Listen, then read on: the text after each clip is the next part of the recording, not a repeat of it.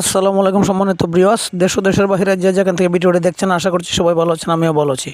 এই যে দেখুন ব্যারিস্টার সুমন ভাইয়ের মরা নদীতে চুনারঘাট মরা নদীর সাইডে দিয়ে রাস্তার সাইডে গাইড হল করা হচ্ছে। আসলে সুমন ভাই নেই, তবুও কাজগুলি করা হচ্ছে। আসলে ভালো লাগতেছে যে সুমন ভাই জেলে থাকার সত্ত্বেও কাজগুলি হচ্ছে। উনি টেন্ডারগুলি পাশ করে গিয়েছিলেন। আসলে আমাদের উপজেলা প্রশাসন টিয়ন সাহেবকে অনেক অনেক ধন্যবাদ। ওনার মাধ্যমে এই কাজগুলি হচ্ছে। আমাদের উপজেলা টিয়ন সাহেব নিজে করাচ্ছেন। আসলে আমরা খুবই গর্বিত যে আমরা এমন একজন টিয়ন সাহেব আমরা পেয়েছি চুনারঘাটবাসী। আমরা বলতে চাই যে চুনারঘাটের যারা আছেন সবাই একটু সহযোগিতা করবেন, আর সবাই সুমন ভাইয়ের জন্য দোয়া করবেন যাতে সুমন ভাইকে আমরা আবারও মুক্ত করে আমাদের মাঝে আনতে পারি, আমরা পাই। তাহলে আমাদের চুনারঘাটবাসীর অনেক উপকার হবে, অনেক ভালো হবে, এটি আমরা জানি।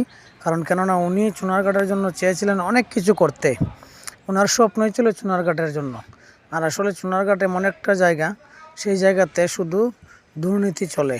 আর সুমন ভাই এমন একজন মানুষ, উনি দুর্নীতিকে সরিয়ে দিয়েছিলেন। 6 মাসের ভিতরে উনি অনেক কিছু করলেন। অনেক দুর্নীতিরা যারা করতো অনেকটাই এখন নেই ক্ষমতায়। কারণ কেন নয়, আসলে ব্যারিস্টার সুমন ভাই আওয়ামী লীগের লোক ছিলেন, কিন্তু আওয়ামী লীগের বিরুদ্ধে কথা বলতেন উনি আওয়ামী লীগের বিরুদ্ধে কথা বলতেন। আওয়ামী লীগের যারা ছিলেন আমাদের চুনারঘাটে ওনাদের বিপক্ষে কথা বলতেন, বিরুদ্ধে কথা বলতেন।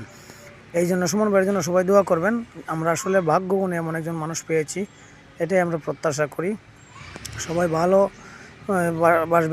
বাসলে সুমন ভাইকে অবশ্যই যারা যারা সুমন ভাইকে ভালোবাসেন সুমন ভাইয়ের জন্য দোয়া করবেন।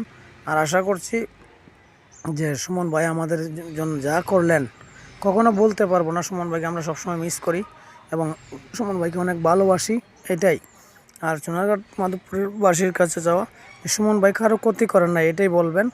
সুমন ভাই কারো ক্ষতি করেন নাই, সুমন ভাই যা করছেন চুনারঘাট মাধবপুরবাসীর জন্য করছেন, এটাই জানি। সবাই ভালো থাকবেন, সুস্থ থাকবেন। আসসালামু আলাইকুম।